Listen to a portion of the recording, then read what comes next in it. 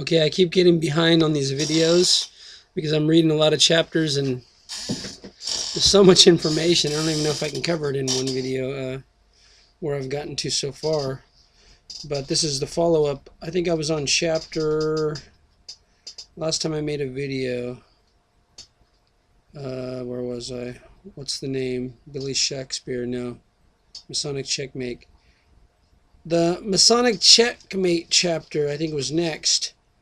Last song of phase 2. Playing with the bonzos. Okay, I don't exactly remember where I left off, but there's so much more. I think we did Let It Be, or I Was a Country Boy. Okay, so I'm going to start here. Chapter 7. So he talks about he was a country boy, and the Ram album talks about the heart of a country and other songs he did. Unlike the original Paul McCartney, who wasn't a country boy, and he ended up, after he got all the McCartney money, he ended up buying a cottage in, I think it was, I forget where it was, out in the country, because he's a country boy. Okay, so the next chapter is, I was a session musician. He played with a lot of different bands, and he was always at the EMI recording studios because he was paid to cover up people's parts who fucked up in the studio, because he would clean up people's parts when they came in hungover or drunk. Because once you pay for the studio time at a big place like EMI, or it's book it out, you can't cancel if your bandmates show up hungover from the night before, or they get sick. You got to throw someone else in there, and just it still credits the name of the band member on it, even though someone else played the part, because that's just show business. So he was hired to do that on a lot of different records. And that's why he was known as the Man with 1,000 Voices, which is the song he sings Fool on the Hill. The reason he does Fool on the Hill is because he moved into Paul McCartney's mansion, which was up on the hill.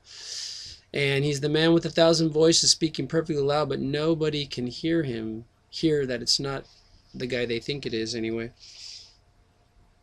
Okay, so Playing with the Bonzos was one of the bands he played with. And he plays his part Vivian on the... I think that's where I left off, the Bonzos, huh?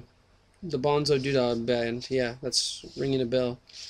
Okay, so Death Cab for Cutie. As Vivian, I co-wrote Death Cab for Cutie with my friend Neil Innes, Death Cab. Okay, so this, I guess, was one of his more famous, well, popular songs. He didn't really have any famous songs back when he was playing Vivian in this role, which I think I talked about last time. Okay, so getting to the Playing with the Bonzos, I think we last ended off. Okay, Phase 2. The chapter 10 is the last song of Phase 2. One time in the 65, Paul McCartney, the first Paul McCartney, and John Lennon was hanging out with Peter Fonda, and they took some psychedelics with him, and they started tripping out really bad, and She Said came out of that somehow, and I forget all the references to that song, what it's all about. But the Stones, I guess, did Ruby Tuesday, somehow following up on that. These are hard to go by memory. I'm going to have to read some of these chapters and go back again, because so much information in this book that it's just so intense, and you have to go back and read it. He does talk about in the Revolver, the Yellow Submarine. Eleanor Rigby. I think I talked about that last time. Eleanor Rigby was a name on a gravestone that when Paul McCartney and John Lennon used to ditch school, they used to go by the cemetery, and they would see that name, and they would just always talk about it like they knew her, but they didn't really know who she was. So when he wrote the song originally, it was James Paul McCartney. He died in a church and was buried along with his name, but he changed it to Eleanor Rigby, just knowing that grave was there. Okay, I think I talked a little bit about that. So the next chapter, chapter 11, is called Masonic Checkmate, and a lot of the Looking Glass, Through the Looking Glass, Alice in Wonderland stuff started getting used more and more in all their imagery of their third phase of the Beatles, which was when the new Paul McCartney took over, which was actually not Paul McCartney, it's this guy, Billy Shears, otherwise known as Billy Shepherd, otherwise known as. I'm going to just say one thing that's in a later chapter that I don't want to forget because I just read it today. The Ram album, along with me saying that it's probably radical appearance modification that he called the Ram, he also, if you turn Ram backwards, it's Mar, which is the god. I forget which god. It's supposed to represent a ram. And also, someone said if you put a mirror up to that image too, just like if you do the Sgt. Pepper's drum, it spells Billy, which I haven't tried that yet. I did try the mirror up to the image of the Sgt. Pepper's bass drum, and it does say, which is the next chapter after, so I'm getting ahead of myself. It does say the date that Paul McCartney died, and it says I died, and it points to the new Paul McCartney. Okay, so Masonic Checkmate is, I should read this whole chapter because it's got a lot of information, but it's talking about this painting, or this drawing that John Lennon did, and he sold it to, that's exactly where I left off. A large plant grown illegally on my farm in Scotland. He traded that and a lemon meringue pie that he would have gave it to him free, and 20 quid for this drawing, which I'll show you the drawing here if you can see it. I don't think you can see it because this, oh, you can see a little bit there. Anyway, it has love above it. This one's in lowercase, but one of them he redid is in capital letters, love. And each one of the letters represents a different character, and each one of the symbols on their hats represents a different character in the game chess. So this chapter is called Masonic Checkmate, and it shows what their roles are in the game of chess in the new transition from the band, that the king dies, which is the old Paul McCartney, and the queen actually takes over in the place of the king, so you don't know that the king's dead, and that's why they called it checkmate, because checkmate means the king's dead. On the on this chapter, they start talking about the Masonic symbols, which are the L square, which is to make a 90-degree angle, and also the compass, which if you turn it upside down, it looks like the V shape for a bishop. And that represents, he says, the bishop hat that John's wearing in the photo, or in this drawing, and the L represents a knight, and I forget exactly, I'm going to have to read this chapter. But those same images, if you look at the image of one of the great companies in entertainment, is a big G, and it shows the 90-degree symbol for Masons and the compass above it, and the G in the middle. And the G stands for God, or generation, or geometry, or grand architect, or gatekeeper. And it's I forget the name of the company that's their symbol, but you can look it up. I'm sure you probably recognize the symbol because I've seen it many times, and I forget what company it was. This one. It's a Masonic company, obviously, in the entertainment world. He talks about that, and I can't remember all the things he said, so I'm going to go back and read this whole freaking chapter again. So much stuff in it. But let me go past Masonic chapter, because that's the most detailed one. He starts talking about Billy Shakespeare in the next chapter, but he doesn't really get into all the theories of William Shakespeare. He thinks, he's assuming, like every good Englishman, that there was actually a person called William Shakespeare, which there wasn't. There was a guy named William Shake-Speare, who actually was an illiterate actor in the plays, otherwise called Shakespeare plays, which is hyphened, which was written by Sir Francis Bacon and other people in the I'm wearing this hat because I just got an operation. Like an operation. I have a big cut on my head. Removed what I thought was a implant. Maybe it was, maybe it wasn't, but It was just a sack, like a big jellyfish inside my head.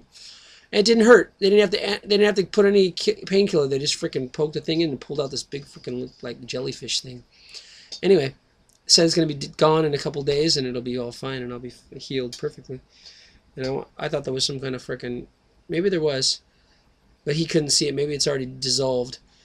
What I was getting, it was my future perfect self putting an implant in there, and the implant was dropping little, like, kind of like those implants they put here for, I guess it's called an IUD. Don't need an IUD, yeah.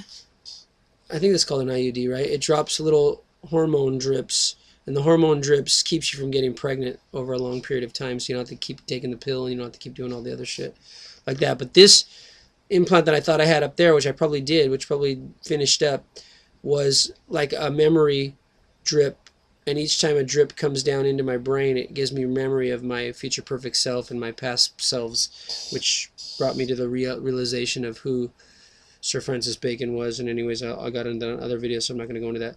So he talks about Billy Shakespeare because he's saying that some of the lines in the songs that they were writing, they borrowed from Shakespeare. One of them is the opening lines, "Lend me your ears and I'll sing you a song, and I'll try not to sing out of key," right after they introduced the one and only Billy Shears, which is the new lead singer of the band. He's from the Pepper Potts, otherwise known as Billy Pepper, what was his name? Billy Pepper, yeah, he was Sergeant Pepper in the Pepper Potts, which was his role before he became Paul McCartney. But that was one of his many stage names, because his real name might be William Campbell, or it might be something else. He's still alluding to that. I haven't got all the chapters of that yet. I'll get there. But in the play where this lend me your ears is from Julius Caesar, and it's a scene about after he died, and so he makes allusions to that, and I can't remember exact allusions. I'm going to have to go back and read this chapter over. He makes allusions to this scene in the opening of Sgt. Pepper's, because it's alluding to the death of Paul McCartney, and lend me your ears. I'll sing you a song, and I'll try not to sing out of key. I get by with a little help from my friends. So Paul McCartney gets by because he's dead, but he's living through his friends, one of them being the new Paul McCartney. But anyway, that was a lot of information to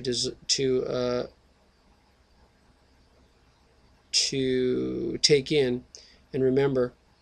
One of the other things he says they alluded to is King Lear is another William Shakespeare play, but William Shakespeare isn't a person. Shakespeare is the first official folio of the plays written by Sir Francis Bacon. It says Shake-Speare, not like that play actor in it that's listed in the credits that says William Shake-Speare, like living in a shack because he was a poor man and he had spurs for his horses. He used to actually, before he got into acting in the plays, he used to be the guy who sat outside the playhouse and babysat the people's horses. So people used to kid him about his name, Shake-Speare, like he's a guy who lives in a shack and he spurs with horses, and that's his true name, William Shake-Speare, and that's what it's listed as in the plays. If you read the original folio, that was the first real official publication. And on that Shake-Speare hyphened, because it's alluding to the Apollo, I think it's Apollo and what's the other god who Shakespeare's? The Rosicrucians, their two main deities were, I think it was Apollo and Aphrodite. I can't remember the exact ones. Anyway, it doesn't really matter. But anyway, they shook spears, and they're actually on the folio. They have pictures of those two goddesses and god and goddess on the original folio of the official publishing in 7 years after the William Shakespeare character, who didn't write anything and didn't own any books and didn't have an education and didn't read in any other language. Anyways, I keep belittling this one because I was kind of mad with that. This guy who's, I think the writer of this came from not only the Masons but high up in some circles of secret societies. He should know, or maybe he's going to talk about it later, who the real Shakespeare was too, because he says that was another Willie like me, or Billy like me, Billy Goat. But it wasn't, because actually it was Sir Francis Bacon. But anyway, I don't know if he'll know about that or get into that into this book. Okay, so the next one is the next chapter is What's in a Name. The famous quote from Shakespeare, the pen name of Sir Francis Bacon, is a rose of any other color would smell just as sweet. That's why she asked, why are you a Montague? I think that was his name. Romeo, why are you this family? Because if you were called any other name, I can marry you. Wherefore art thou, Romeo, means why are you Romeo? People think it's where are you? That makes no sense within the play. So wherefore means why. Why are you Romeo? Because if you were a rose of any other name, you would still smell just as sweet, and then therefore you wouldn't be the name you're under, which is your family name that I can't be associated with because of the feuds of our families. So that was that line, what's in a name. So he uses that idea to talk about what's in his name. And in show business, he used many different names, and so do many other people. And he talked about how in the movie and the TV show in the 70s called Bewitch, that the actors changed many times, but they used the same name, and a lot of people never noticed. So that was actually before the Beatles started using different actors in their play, and no one noticed either. So they figured if people on TV can... There was actually the girl, the Samantha, she was actually twin sisters, and every other week it would be a different twin playing the part because they had to focus on their schooling. They didn't want to spend too much time acting. But it always gets credited as one person usually because people are so stupid they don't notice twins are different. And also, the man who was the husband, he, I guess he got really sick and died or something. I can't remember. But there was a new husband, and no one noticed that either. And then there was one of the other characters, one of the fairy godmothers or whatever they called her. She also changed in a few different scenes, in a few different episodes, and no one ever noticed this stuff. So they figure, people won't. If you tell them this is who's playing the part, they'll think it's the person playing the part. So that's what they did with him. Just change his name. He's no longer William Campbell. He says Campbell's my family name. Surname stuck. Oh no. He says, I have Campbell relatives.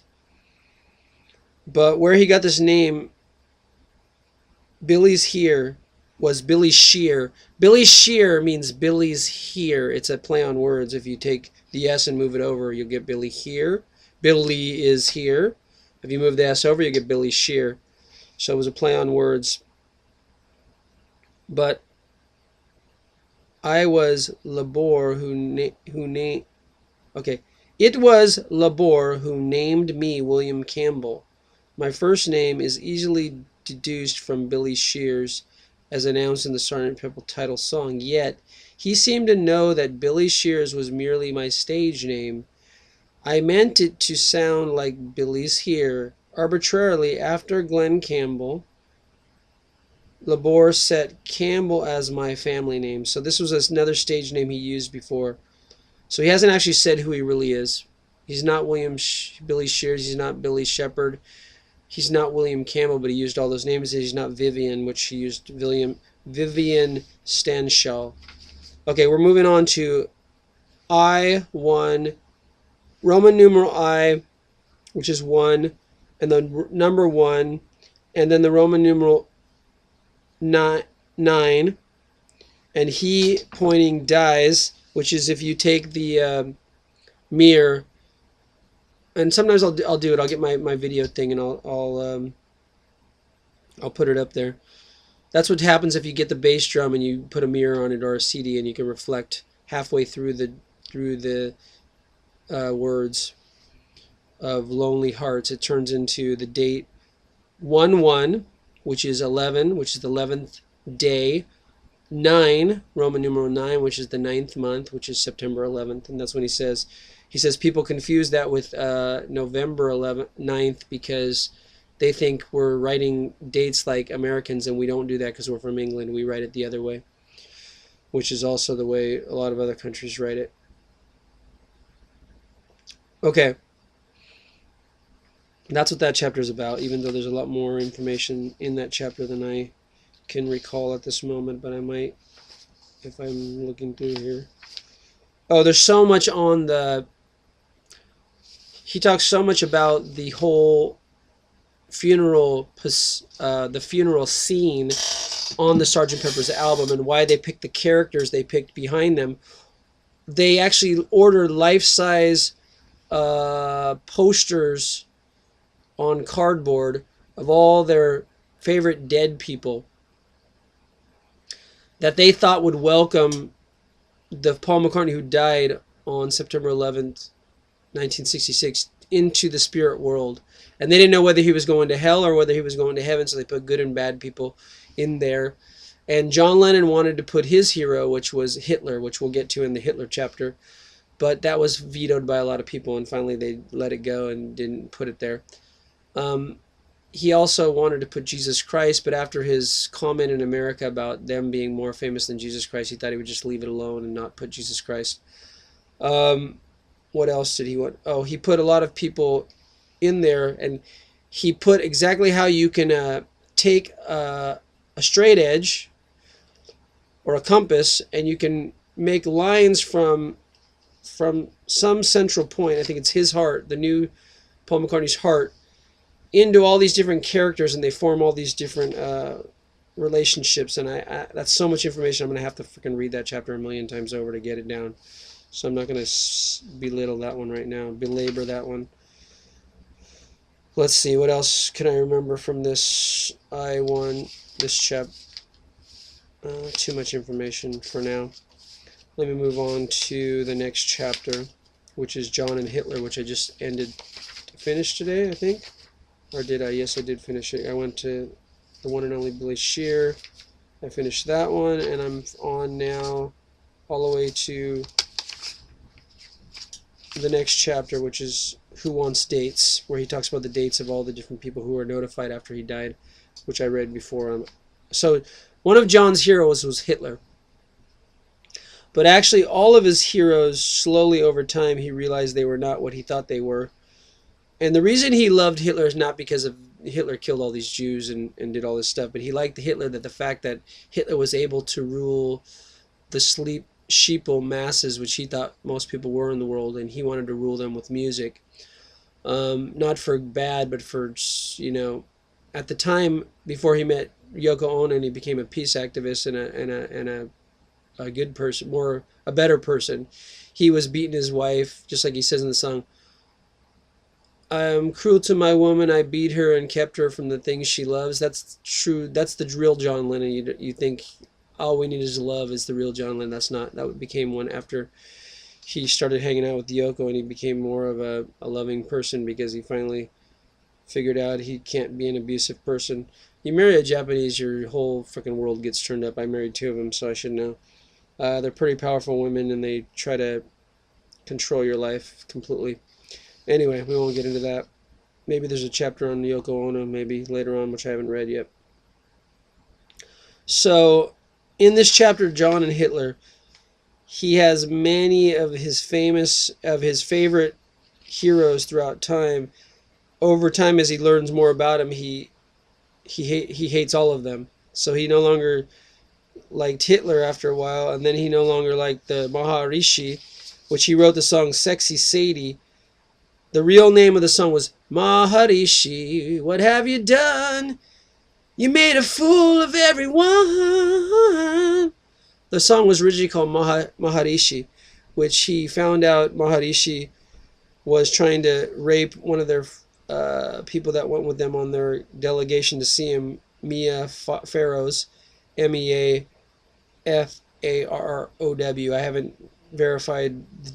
I haven't looked up her name and all the information about who she is yet. So many of these I'm going to go back and I'm going to look up all the reference to all these different people and find what we can find on them now to corroborate. I can never say that word. I've been in Japan too long. Anyway, you know what I'm trying to say. Corroborate? No. I fuck up a lot of English words I haven't said in a long time, just like my supposedly and supposedly.